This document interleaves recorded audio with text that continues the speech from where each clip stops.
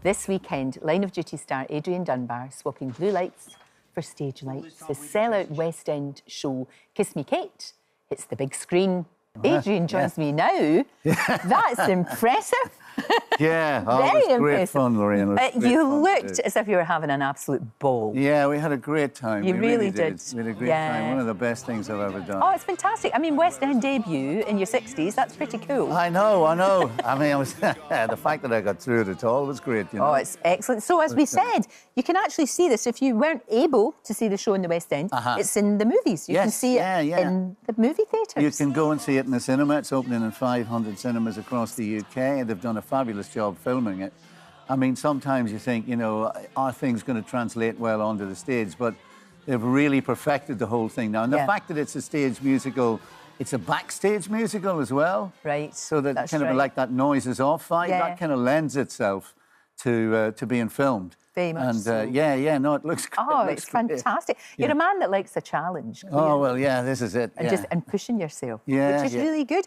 You must have had, because, you know, I always think if you can do West End musicals, you have to be so super fit and disciplined. Yeah. You have to be strong. No, you can't get sick. No. And I did every show. I mean, I did absolutely every show because I was determined to do it and kind of tick that box. But you're right. You have to kind of live like a monk. You go to bed early. You stay in bed late so you can put the kind of show in your legs. And then once it gets to 2 o'clock, all you can think about is that the show's going to happen that night. And it's going to be like bang, bang, bang. Because the character I was playing is kind of on stage all the time. All the time. I mean, I love the film.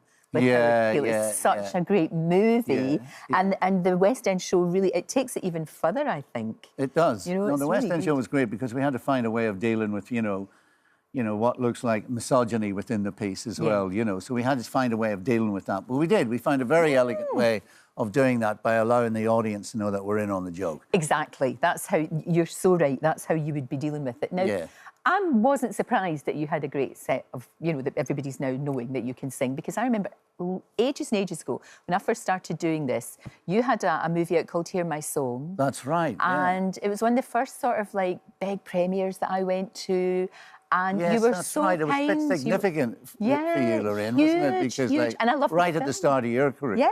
And the start of mine, really, I know. You know. And, it's a beautiful film. It's a lovely film. Oh, it was gorgeous. And a real passion project for you, I know. Yeah, totally, Well, I wrote it with a friend of mine, Peter Chelsom, and and then, you know, I've always kept up the music thing. I had a band going in my 40s, and then of course, we do Ridley for ITV, which is, you know, hopefully coming out. Oh, I hope there's more. Oh, yeah, no, there is. Because there's lots of stories to be told. It's sitting there. It's sitting there. Good. We got 4 new great episodes coming out at some point.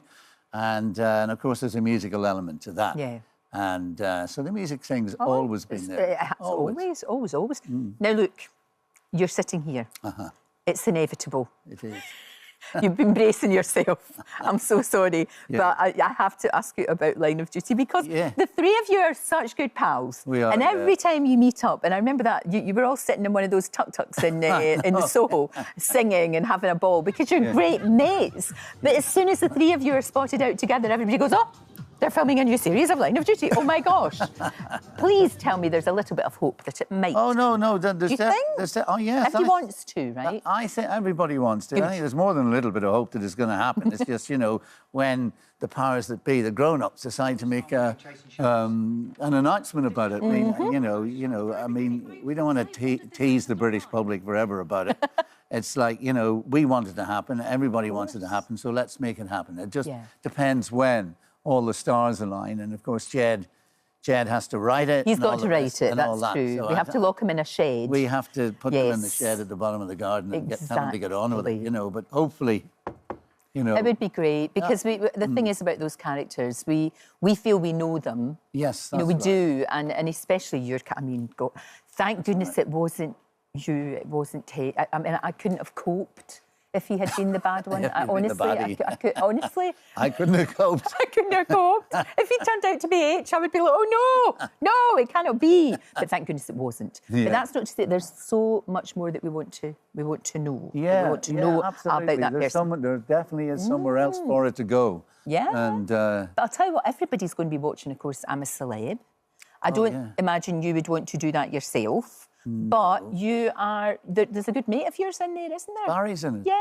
Well, I mean, I'll tell you one thing about Barry McGuigan. He won't be there, you know, he'll be there to take over. He'll not be there just to take part. He's a competitor, you know. Very much so. I'm putting my money on Barry, definitely, you know.